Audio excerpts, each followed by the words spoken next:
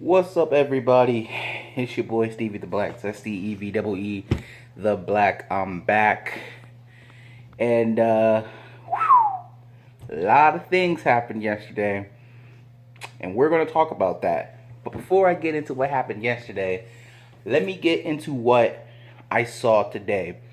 So I wake up, right, and what everyone does. They look at their phone after they wake up, that they brush their teeth and everything. They just look on their phone, see what's up. So I'm on Twitter, and I see, no, Facebook. And I see this article about how bad of a person and a leader Carson Wentz is.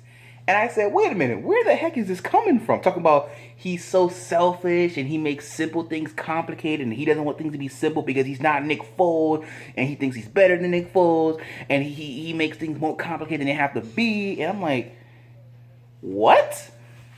What are you talking about? That is not the Carson Wentz.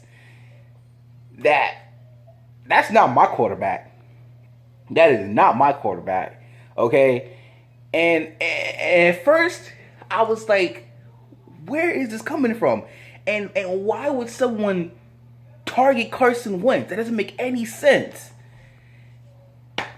And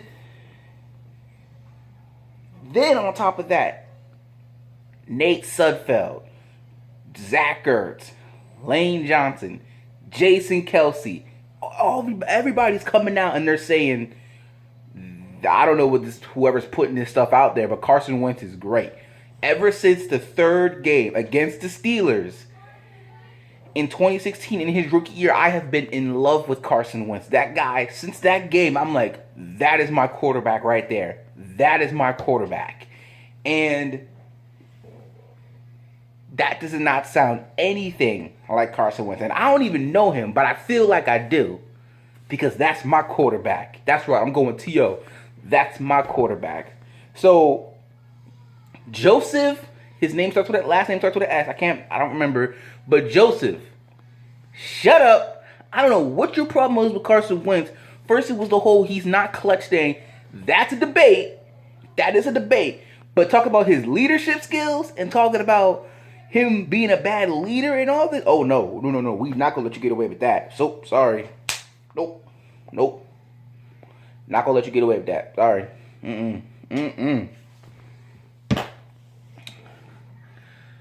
So that's that. I just want to get that out of the way. Don't believe what you're reading because it's not true. It's not true.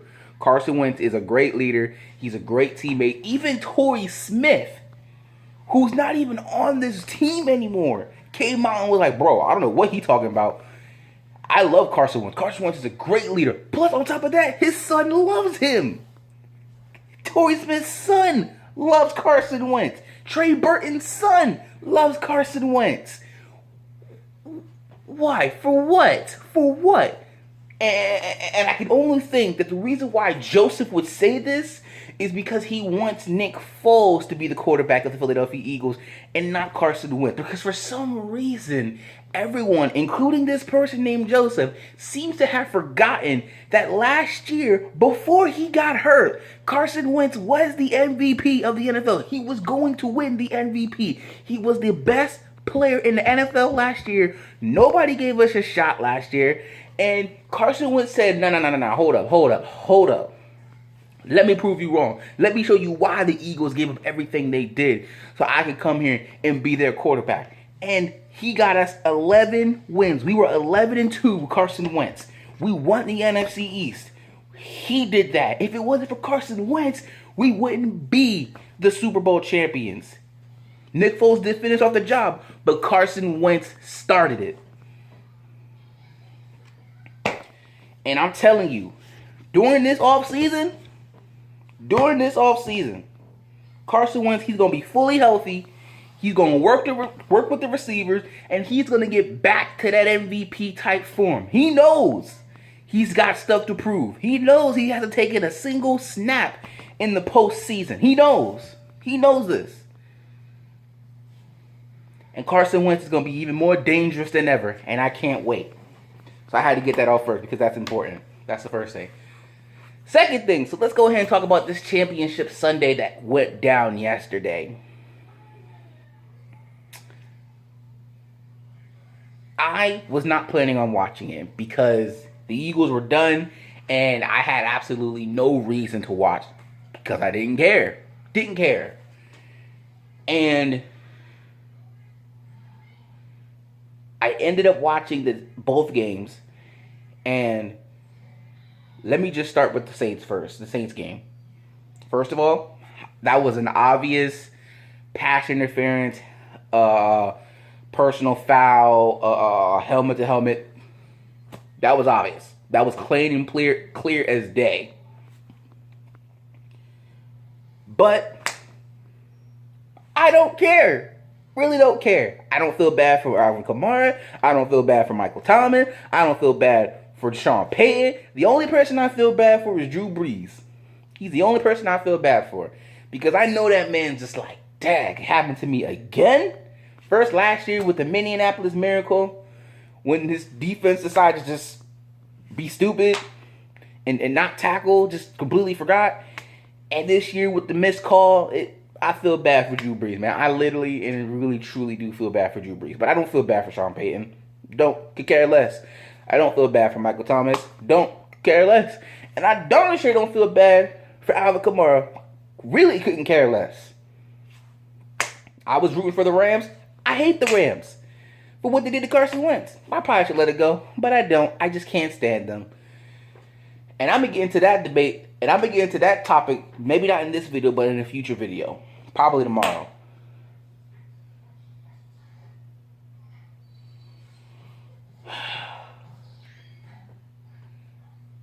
But to be quite honest with you, the Saints haven't been the same since they lost to the Dallas Cowboys. Since on that Thursday, they have not been the same. Their offense hasn't been the same. Last week against our garbage defense, they only put up 20 points. We could have won that game. We should have won the game, but we didn't. This week, or yesterday, they only put up 23 points. And isn't it funny how we were up on them 14-0, and they go for the fake punt, and that changed the momentum of the game, and how yesterday the Rams were down 13-0. They go for a fake punt, which I saw coming. I didn't see the other one from last week, but I saw the fake punt coming from the Rams because I know they always do it. And they turn the tide. And I'm just like,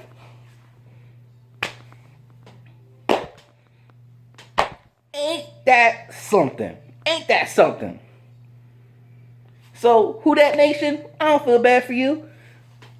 Drew Brees is the only one I feel bad for. The only one I feel bad for. Because as I said, he hasn't been the same since that Dallas Cowboys game. And I don't know, man. I don't know how much longer Drew Brees got left. It's just so sad for Drew Brees. The Rams, they did what they had to do. Jared Goff, he did his thing because C.J. Anderson and Todd Gurley, for whatever reason, wasn't playing. And you know, Jared Goff, he did his thing, man. Now, if there's one thing I will say is on that 4th and goal, I think they were at like the half-yard line. Doug Peterson goes for that. Sean McVay did not. I was kind of upset because obviously I'm rooting for the Rams, right? And I'm like, bruh, you're at the half-yard line. And you can quarterback sneak it in. Don't even run the ball. Quarterback sneak it in. You're in. That's 24-20 instead of 20-20, right? I mean, yeah, the Saints still had an opportunity to win the game at the end, and obviously everything happened with the call. And again, I get it. It's clear as day. The thing is, I just don't care. I really don't care. If you want to call me petty, that's fine. I'm petty. Why would I root for the team that beat me the week before? Why would I do that? Why? I honestly don't care. I understand and I feel you. I just don't care. So the Rams are now off to the Super Bowl. That leads us to the AFC Championship game, where for some reason, in the first half, so the Chiefs get shut out. It's only a 14-0 game, so that's not too bad. That can come back from that. And I'm sitting here thinking, oh God, Andy Reid choking again. And I said, you see, this is exactly why we got rid of him. This is exactly why we got rid of him. This is exactly why he got fired. Because he can't win the big game. And then in the second half, the Chiefs come out. They put up 31 points in the second half. And that's why, truly, the Chiefs are never out of it. They're never out of it. Because of how great Patrick Mahomes is and how gutty, and they stuck to it. And, man, I have to say, Tom Brady, man. We give praise. We give praise to Nick Foles, and rightfully so, for him being the Super Bowl MVP and for the show he put on in the Super Bowl. But I think the unsung hero is Brandon Graham. Because if Brandon Graham does not strip sack Tom Brady, I'm not sure we're sitting here as the Super Bowl champions. I'm not so sure. Because that man, Tom Brady, with 2 minutes left, and I sat there and I said, the Patriots, they're rolling, man. They're rolling. Tom Brady's going to get it in. I said, somebody needs to be Brandon Graham and step up. Who's going to be Brandon Graham? And nobody, and that defense is trash. That defense is trash. And, I mean, trash isn't even the word. They're garbage. They're just, I can't even think of the word to think of that defense because that's how bad they are. And it's just, if they had at least a decent defense, they'd be a scary team. But they don't have that. They don't have that. And Tom Brady, just in the fourth quarter, man, just boom, boom, boom, boom, boom. Patriots have become more of a running team. And even if you stop the run, you still have to deal with the GOAT Tom Brady himself. And I'm like, it's a lose-lose situation. Because if you stop the run, you got to deal with Tom Brady, who, might I remind you, threw for 500 yards on us in the Super Bowl. Or, if you don't stop the run, that makes the Patriots even more dangerous because now they can control the clock. So it's like, either way you get about it, the Patriots... And then in overtime, bro, if I want to do one thing on Andy Reid in the second half, it's they had about 11 seconds left. And obviously they went for the safe choice and kicked the field goal to just send it into overtime. But they had 11 seconds left. And my brother was watching the game with me. He goes, bro, they should have went for it. They had 11 seconds left. And I said, yeah, you're right. I agree. They should have, but they went for the safe choice. Anything could happen, but you don't know how much time to take off the clock. At least you're probably with, 2 seconds left? At the very least, 2 seconds left to then kick the field goal. But you never know what might happen. But, you know. And then obviously once overtime happened and the Patriots won the tournament cost, I already knew it was over. They had like 3 consecutive drives where they were 3rd and 10. And Tom Brady converted every single one of them. And as I'm sitting here and as I'm watching it, I'm going, thank God for Brandon Graham. Because if we didn't have Brandon Graham and he didn't do what he did, my God, we might not be the Super Bowl champions. So while the praise, and rightfully so, goes to Nick Foles for what he did, I got to give it up to Brandon Graham because he's the unsung hero. He did it for us, man. He did it for us. So that means Super Bowl 53, Patriots, Rams. Here's my feelings on that. I admit, although I've always said it, that Tom Brady is the GOAT. That Tom Brady is the best quarterback of all time. He just continues to become clutch and does what he has to do to get his team to win, and that's impressive. And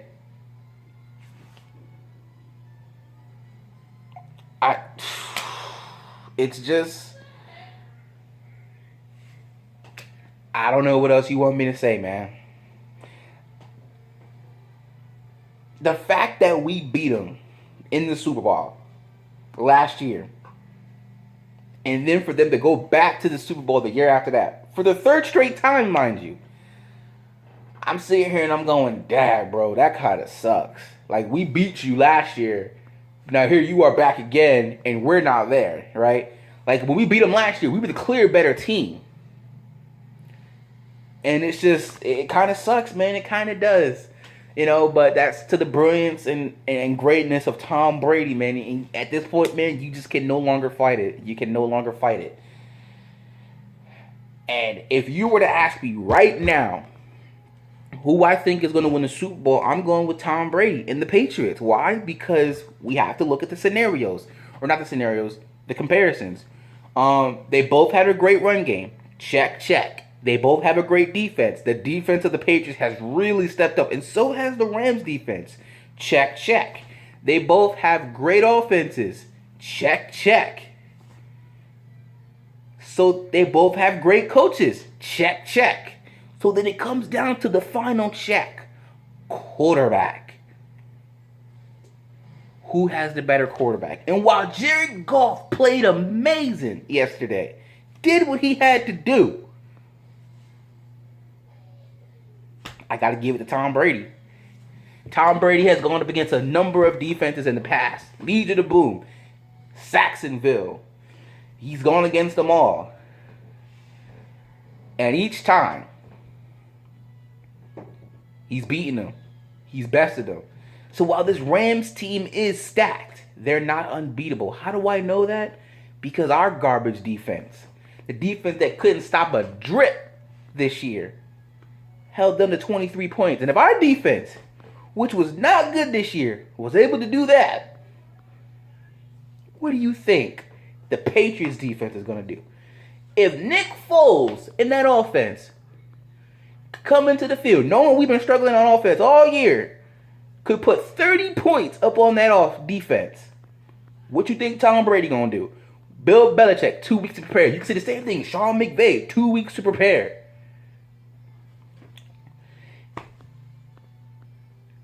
It's funny. Last year, the Eagles got their revenge. Who's to say the Rams can't get their revenge now? Then what's next? Next year, the Patriots going to be going to their 4th straight Super Bowl, and they're going against the Panthers? What's next? Everybody getting their revenge? Everybody getting their revenge? I don't know, man. I don't know. But look, man.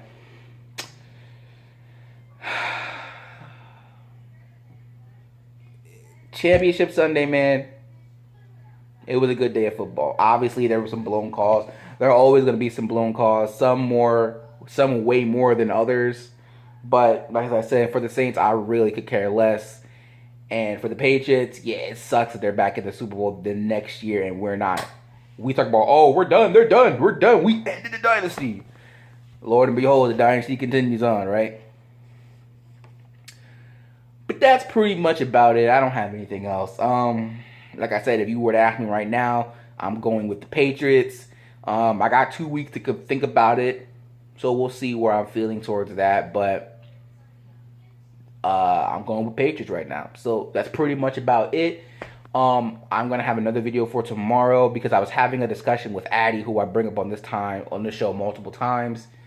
And it's a discussion I think it's need to be worth having. So let me know what you guys thought about Championship Sunday. Let me guys know what you think about that Carson Wentz news too, because that's egregious, and that I don't even know where to begin. That dude who wrote that needs to be fired.